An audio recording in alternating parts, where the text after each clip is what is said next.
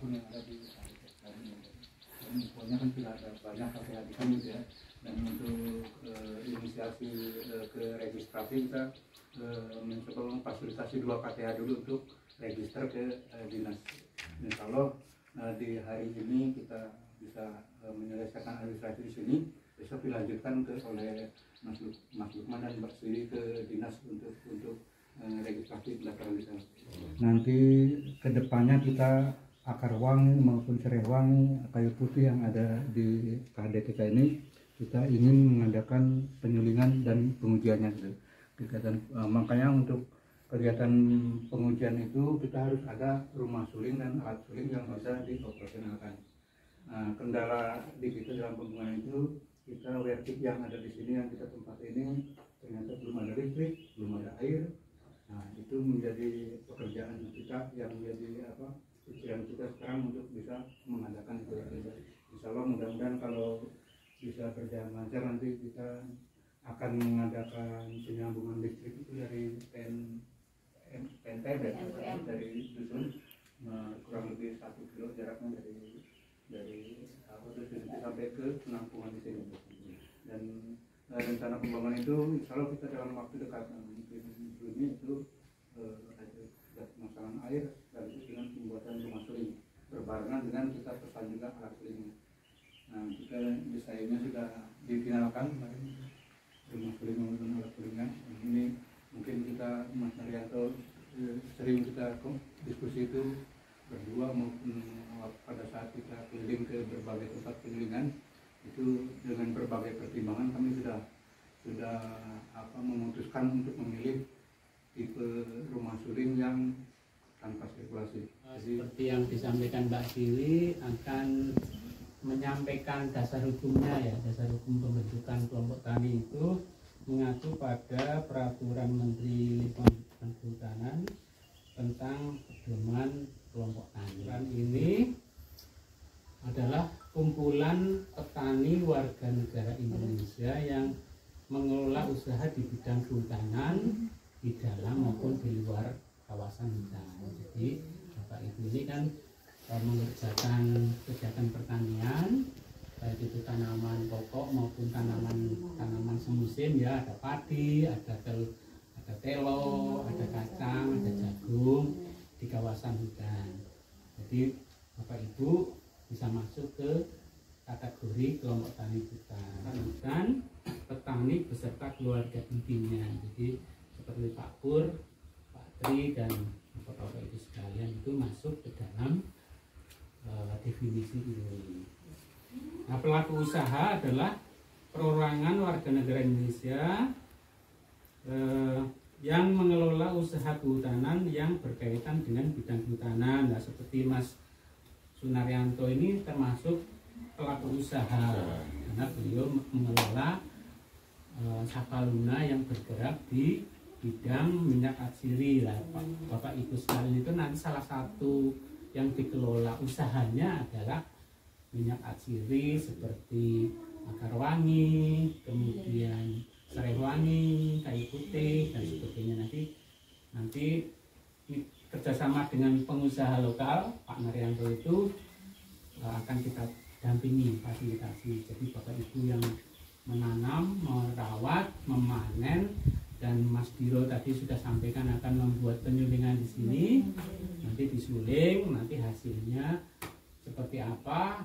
Nah, mungkin salah satu pasarnya ya mungkin Mas Naryanto ini.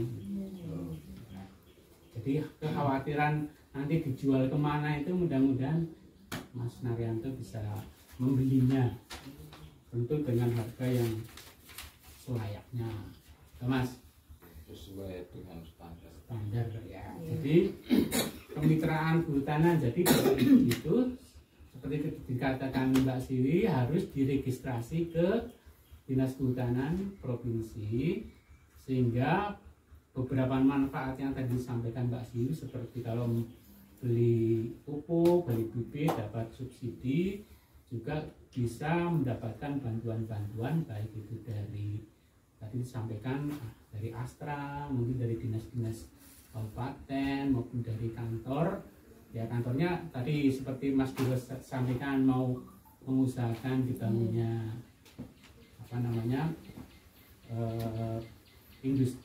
pabrik ya, pabrik kecil itu juga destilasi.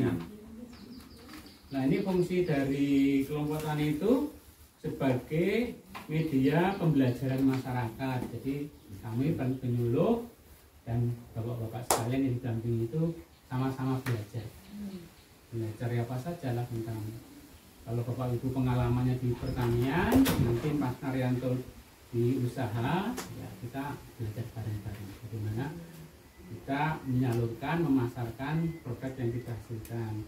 Peningkatan kapasitas sumber daya manusia, mungkin ada pelatihan bagaimana mengoperasionalkan pabrik kecil tadi, kemudian pengemasan dan sebagainya, pemecahan permasalahan, masalah yang dihadapi ibu bapak itu apa, misalkan ya bersama gotong royong, pengembangan usaha produktif, pengolahan dan pemasaran hasil hutan, peningkatan kepedulian terhadap pelestarian hutan. Jadi hutan ini kalau misalkan tidak dijaga oleh bapak ibu ya nanti akan rusak gitu ya.